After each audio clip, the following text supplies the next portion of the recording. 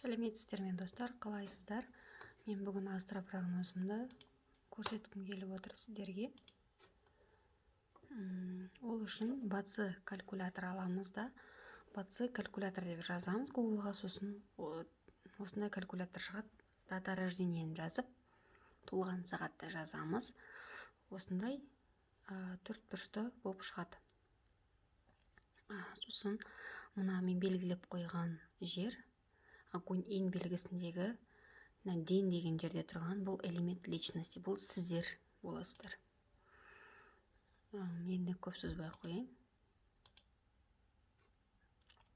Сосын келесі сөздікке келетін болсақ, бұл дерево деген ағаш элемент, огонь деген от, земля деген жер, металл деген металл болып қала береді, су деген вода деген су элементі. Огонь элементі үшін барлық адамдарға ақша келеді. Ер адамдарға әйел, сосын өзін өзі көрсету, идея және әрекет арқылы. Ер адамдарға әйел деген, егер сіз огонь элементі болып ер адам болсаңыз, сізге знакомство, танысу жылы шығып тұр. Сосын дерево элементі үшін власть, ол деген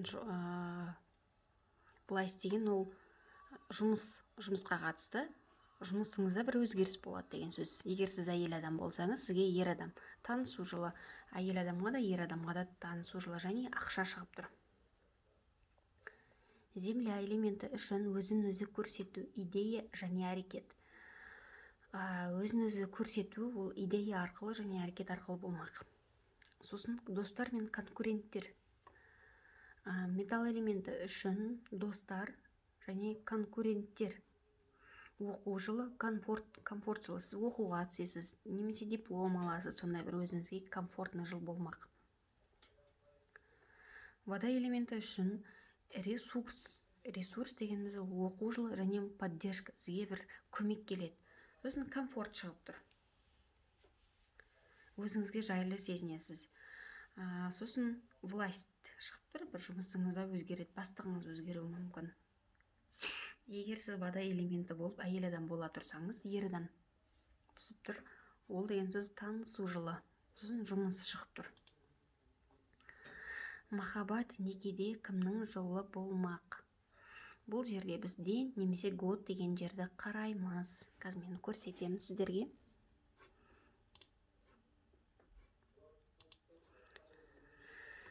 Міне, мына жерде час, день, месяц, год деп тұр. Осы жерді қараймыз. Мына верхнейді өзім қазір айтам, сол кезде міне, день немесе год деген жерді қараймыз. Ол жерде астында тигр, крыса, бык, змея, петух, свинья болсам. Сосын дерево және вода элементіндегі әйел адамдар. Әйел адамдар болса, тоже махаббатта некеде жол болады. Сосын көбінесе дерево ян белгісіндегі адамдар үшін. Сосын огонь және дерево элементіндегі ер адамдар болса, танысу жылы ер адамдарда ғашық болуыңыз мүмкін. Ол дерево ян на крысе деп аталады. Сосын металл ян, металл ин, земля яндарда болады. Ең көбінесе болады, мен жоғары жағында айтқан жануарларда болмақ. Жұмыста және қаржы мәселесінде кімнің жолы болмақ? 2021 жылы барлық адамда ақша табуға мүмкіндік бар. Ол әсіресе дерево ян, дерево ин, дерево белгісіндегі адамдар үшін және огонь белгісіндегі, сосын вода белгісіндегі адамдар үшін. Сосын денсаулыққа келетін болсақ, денсаулыққа дерево ян, басы, буындары ауру мүмкін, травма болу мүмкін, желчный пузырь, жолда байлаңыз, экстремальды спорттармен айналыспаңыз. Осылардың алдын алу үшін сіз косметологқа барғаныңыз дұрыс, сосын тіс дәрігеріне барғаныңыз дұрыс болады. Дерево ин белгісіндегі адамдар үшін мойныңыз, омыртқаңызды байқаңыз және бауырыңызды. Диета ұстаңыз, денсаулық жағынан тәуекелге бармаңыз. Мен жерде 2 рет жазып қойыппын ғой, печень, бауыр деп.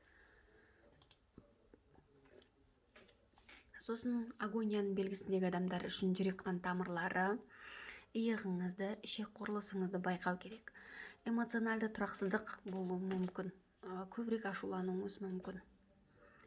Металл белгісіндегі адамдар үшін тыныс алу және зар шығару жүйесінде аздаған проблемалар болуы мүмкін. Вода белгісіндегі адамдар үшін денсаулығыңызды күтіңіз, суықтап қалмаңыз.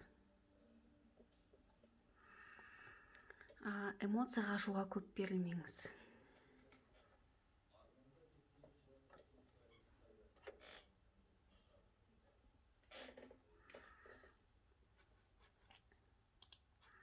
Қолдау және көмек кімге келеді? Бұл дерево яндарға, земля яндарға, металл яндарға, сосын тигр жылы туылған адамдарға, немесе месяцті тигр бар адамдарда.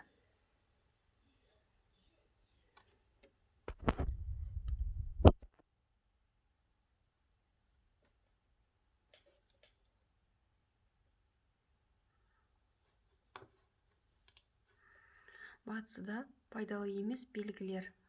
Бұл столкновение. Егер сіздің картаңызда, қазір мынаны дұрыстап қойайын.